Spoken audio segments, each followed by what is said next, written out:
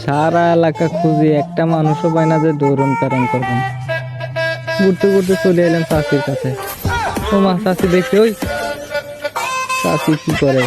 ও চাষি দৌড়াইছি, চাষি এটা দৌড়নারি আইনে ছবি তুলতে আইছি। ও মা, ও মা, চাষি দৌড়াইছে। ও মা, চাষি কি প্ল্যান করতেছে দৌড় দিবার লেগে নাকি?